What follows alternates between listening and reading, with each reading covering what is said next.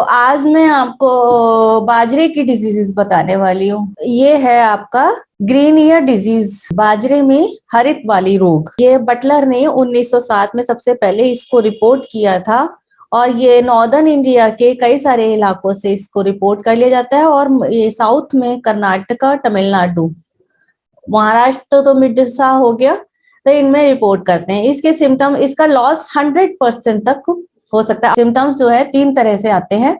इसकी 3 स्टेजेस हो जाती हैं। एक होती है डाउनी मिल्ड्यू स्टेज, यानी मेदुरोमिल आसिता की अवस्था पत्तियों पर। दूसरा ग्रीन ईयर स्टेज, और उसके बाद ये शूट और बड, मतलब उसका जो तने वाला पोर्शन है या कलियों वाले पोर्शन है उसकी डिफॉर्मेशन, मतलब उसमें शक्ल बदल जाना, उस स्टेज पर ये 3 तरह की इस तरह से इसका प्रकोप हो सकता है। फिर अब हम आते हैं सबसे पहले downy mildew stage. Downy mildew जिसमें पत्तियों पर वो होती है मेदुरोमिल आसिता। मैं पहले डायग्राम दिखा दूं एक बार आपको। तो अब मेदुरोमिल आसिता में क्या होता है, पत्तियां जो है, प्लांट पहले ही येलो पड़ना शुरू हो जाता है, छोटा रह जाता है, कमजोर हो जाता है। उसके बाद पत्तियों पर पीलापन आता है और पत्तियों पर स्ट्रीक्स, धारियां सी बनने लगती हैं। इसमें पुरानी पत्तियां, जो नई पत्तियों के कंपैरिजन में पुरानी पत्तियां ज्यादा अफेक्टेड रहती हैं। ठीक है। उसके बाद जब आप मॉर्निंग में देखेंगे, जब ड्यू वाला टाइम होता है, सुबह सुबह, क्योंकि सूरज की किरणें नहीं पड़ती हैं, मृदु ग्रोमिल मतलब जो डाउनी ग्रोथ है, मृदु पीछे की साइड में कॉटन लाइक माइसीलियम की ग्रोथ आपको लोअर सरफेस पे दिखाई देती है। तो ये क्या होता है, डाउनी ग्रोथ एक्चुअली क्या होती है, फंजाई का कवक जाल वाला पोर्शन होता है जो उसकी निचली सतह पर, पत्तियों की निचली सतह पर दिखाई देता है। और जैसे ही धूप की किरणें पड़ती हैं, सूरज की किरणें पड़ती हैं, वो ड्राई हो जाता है। तो ये इसीलिए लिखा गया है कि मॉर्निंग में इसको देख सकते हैं आप। उसके बाद जो है ब्राउन कलर की जो धारियां बनती हैं और लीव्स जो है हल्का फुल्का सिकुड़ना शुरू हो जाता है। और जब ज्यादा ही प्लांट पर हो जाता है तो ये ग्रोथ जो है, डाउनी ग्रोथ की वजह से प्लांट की ग्रोथ रुक जाती है और पौधा मर जाता है। ये तो इसकी डाउनी मिल्ड्यू स्टेज है। दूसरी स्टेज है आपकी ग्रीन ईयर स्टेज। ये तो पत्तियों पर हुई। अब इसके बाद जब इसमें बाली निकलनी शुरू हो गई, तब इस स्टेज पे ये है आपकी जैसे ग्रीन ईयर स्टेज। ये आप देख रहे हैं बाजरे की बाली है, बाजरे का कॉब है। ये इस तरह से इसमें डिजीज, ये देख रहे हैं आधी ऊपर से बाजरा बना हुआ है, नीचे लीफी स्ट्रक्चर बन गया है। इसमें पूरा का पूरा लीफी स्ट्रक्चर बन गया है। ठीक है। ये इस तरह से इसमें दिखाई देता है। तो इसमें क्या होता है कि ईयर फॉर्मेशन नहीं होता है, इसकी वजह बदले में इसमें पत्तियों वाले स्ट्रक्चर, जो बाजरे का कॉब होता है, भुट्टा होता है, उसकी जगह पर लीफी स्ट्रक्चर बनना शुरू हो जाता है, जिससे कि बाजरे का ईयर निकल रहा होता है वो बंच ऑफ ग्रीन लीव्स दिखाई देने लगता है। और इसी वजह से ये इतना प्रोमिनेंट होता है, इस डिजीज का नाम पड़ा ग्रीन ईयर, और ये ग्रीन ईयर डिजीज कहलाती है। इसके बनने के बाद जब ये ग्रीन ईयर बन गए, ग्रीन लीव्स बन गई, तो इसमें कोई ग्रेन फॉर्मेशन नहीं बनता, मतलब दाना नहीं बनेगा, बाजरा नहीं बनेगा, और अगर बनता भी है तो आंशिक रूप से बनता है। ये सारे के सारे जो इसके फ्लावर वाले पार्ट हैं, ये सब के सब लीफी स्ट्रक्चर में कन्वर्ट, जो एक छोटा सा फूल होता उसकी जगह पर पत्तियों वाले स्ट्रक्चर बन जाते हैं। बाद में ये पत्तियों वाले स्ट्रक्चर ड्राई और बिकम ब्राउन, सूखे हो जाते हैं और ब्राउन हो जाते हैं। ये देख रहे हैं आप यहाँ पर, ये वाला इसमें पोर्शन देख रहे हैं आप, ये ड्राई और ब्राउन हो गए। यहाँ पे आप पूरे फूलों को देख रहे हैं, ग्रीन ग्रीन ये स्ट्रक्चर बन गया। ठीक है। तो ये आपकी ग्रीन ईयर डिजीज इससे कहलाती है। फेमस इसी नाम से ज्यादा है, डाउनी मिल्ड्यू वाली डिजीज नाम से ये कम फेमस है। मेनली ये ग्रीन हरित वाली रोग के नाम से जाना जाता है। ये इसमें देख रहे हैं आप, ऊपर की साइड में लीफी स्ट्रक्चर कम है, नीचे ज्यादा है।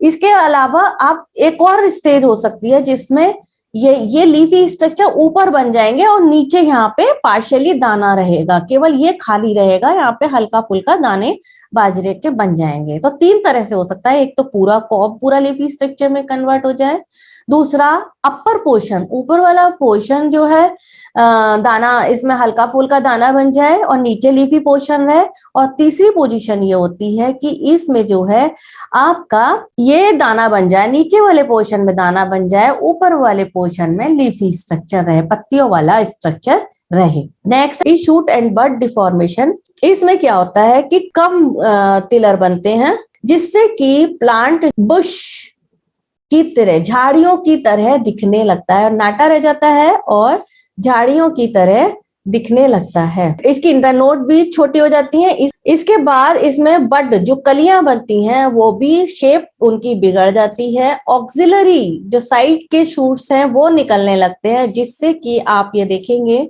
ये इस तरह से आपका बाजरे का प्लांट हो जाता है। ये कम निकली, टिलरिंग, नोड छोटी हो गई, ठीक है, और साइड से और ब्रांचेस निकलने लगी, ग्रोथ रुक गई, तो ये यहीं का यहीं एक झाड़ी की तरह। अब ये बाजरे का पौधा ऐसा तो होता नहीं है, तो बाजरे का पौधा एक झाड़ी की तरह दिखाई देने लगता है। नेक्स्ट है आपका ये ईयर्स मालफॉर्म इनटू ग्रीफिलिस। ये तो मैं दिखा चुकी हूँ डायग्राम, वही है ये डायग्राम। जैसे एक नॉर्मल बाजरा ऐसा होता है, और जब ग्रीन ईयर डिजीज उस पे लग गई तो ये बाजरा आपका ऐसे हो गया। अब इसकी इटियोलॉजी, अब इसका पैथोजन है स्क्लेरोस्पोरा ग्रामिनिकोला। ये है क्लास ऊमाइसिटीज का है, जिसमें कि सेक्सुअल स्पोर ऊ स्पोर बनता है। इस ऊमाइसिटीज से आप समझ जाएंगे सेक्सुअल स्पोर इसमें ऊ स्पोर बनता है। तो ये माइसीलियम सिस्टेमिक होता है, मतलब प्लांट के अंदर मूव करता है, नॉन सेप्टेट होता है। अब एक जना मुझे बताए नॉन सेप्टेट क्या होता है? मैम जिसमें फंगस खंडों में जुड़े नहीं रहते। हाँ, खंडों में, खंड नहीं होते, खंडों में नहीं, इस तरह से खंड नहीं होते, हाँ खंड नहीं होते, हाँ पट नहीं होते हैं। तो ये हो गया आपका नॉर्मल नॉन सेप्टेट। ऊमाइसिटीज ही एक ऐसा क्लास है जिसके माइसीलियम नॉन सेप्टेट होते हैं, सिनोसिटिक होते हैं, ठीक है, जिसमें संकोचकी है, सिनोसिटिक संकोचकी है, जिसमें कि न्यूक्लियस बिखरे बिखरे होते हैं और यहाँ पर पट नहीं होते हैं। इस तरह से इसमें न्यूक्लियस पाए जाते हैं। अब ये जो है स्क्लेरोस्पोरा ग्रामिनिकोला का वोमाइसिटीज की ये फंगस है, इसका माइसीलियम इंटरसेलुलर होता है। इसमें अलैंगिक जनन स्पोरेंजिया के द्वारा होता है। स्पोरेंजिया किस पर बनते हैं? स्पोरेंजियोफोर पर बनते हैं, ठीक है। ये स्पोरेंजियोफोर आपके छोटे होते हैं, हाईलाइन होते हैं, मतलब कलरलेस होते हैं। और ये प्लांट से कैसे बाहर आते हैं कि इसमें कोई ऐसी स्पेस तो होती नहीं है कि जो प्लांट को छेद दे, तो ये क्या, जो प्लांट की नेचुरल ओपनिंग्स होती हैं, स्टोमेटा, ये स्पोरेंजियोफोर जैसे स्टोमेटा आपका इस तरह से होता है, तो ये लोअर सरफेस पे जनरली दिखाई देता है। तो ये स्पोरेंजियोफोर इस तरह से इससे बाहर आने लगते हैं और इस पे आपका स्पोरेंजिया लग जाता है।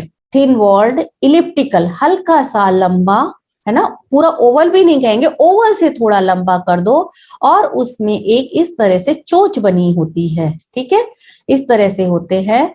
और ये जो स्पोरेंजिया हैं इसके एक पर दो निकलेंगे, मतलब एक अगर ये स्पोरेंजियोफोर निकला है तो इस पर इस तरह से दो ही निकलेंगे, डाइकोटोमसली या ट्राइकोटोमसली, मतलब एक पे दो या तीन ब्रांचेस निकलेंगी। फिर इसके बाद ये फर्दर अगर डिवाइड होगा तो ये फिर इस तरह से ही होगा। जनरली ये डाइकोटोमसली ब्रांच्ड होते हैं, ठीक है।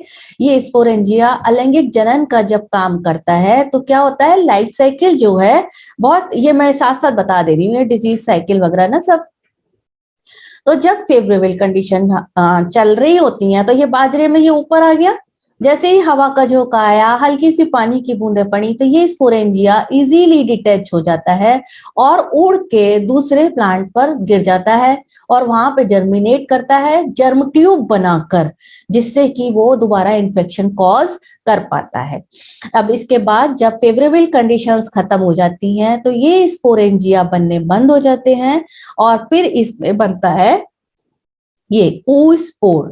oospore राउंड होता है, इसमें गोल होता है, थिक वॉल्ड स्ट्रक्चर होता है जो मेल फीमेल के कॉम्बिनेशन से बनता है, येलोइश ब्राउन कलर का होता है। ठीक है, ये जो है oospore जब प्रतिकूल वातावरण हो रहा होता है तो उस कंडीशन में ये oospore बन जाते हैं और ये नेक्स्ट सीजन के लिए सर्वाइवल का काम करते हैं।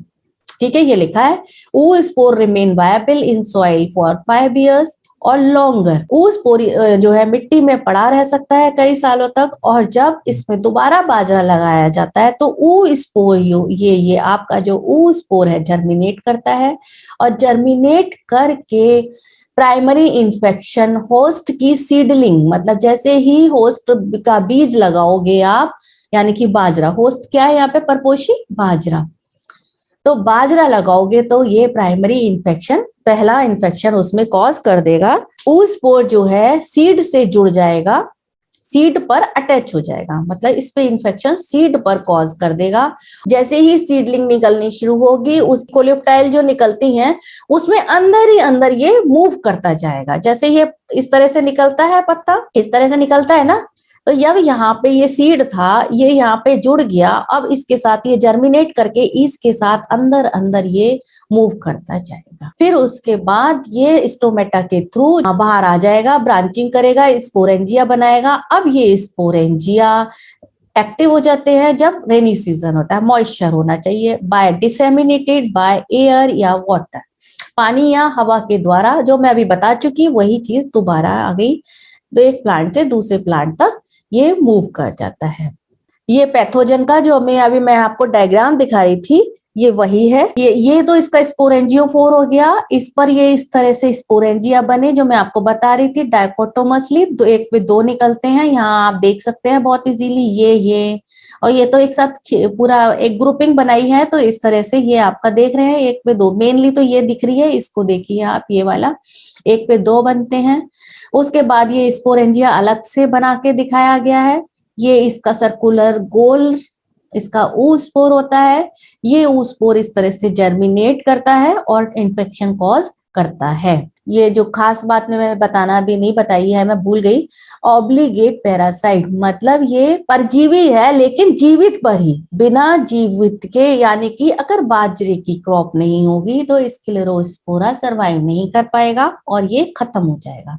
इसके लिए रिलेटिव ह्यूमिडिटी मोर देन 75% होना चाहिए और टेम्परेचर जो कंजीनियल टेम्परेचर है डिजीज कॉज करने के लिए 15 से 25 डिग्री। इसका disease management, use of certified seed, infected plants को हटा देना है, क्रॉप रोटेशन इसमें 5 साल का है, जो आपने अभी ये देखा ना 5 साल तक oospore उससे ज्यादा टाइम तक सर्वाइव कर सकता है, तो मतलब जब बाजरे की क्रॉप एक बार यहाँ ले ली है तो 5 साल तक उस जगह नहीं लेनी है। सीड ट्रीटमेंट करना है, स्प्रे करना है। पहला स्प्रे जो है 2 से 3 वीक आफ्टर सोइंग करने के बाद 2 से 3 वीक में बाद कर लेना है। दूसरा स्प्रे कब करना है, जब ईयर फॉर्मेशन का टाइम आए और डिजीज रेजिस्टेंट वेराइटीज का यूज करना है।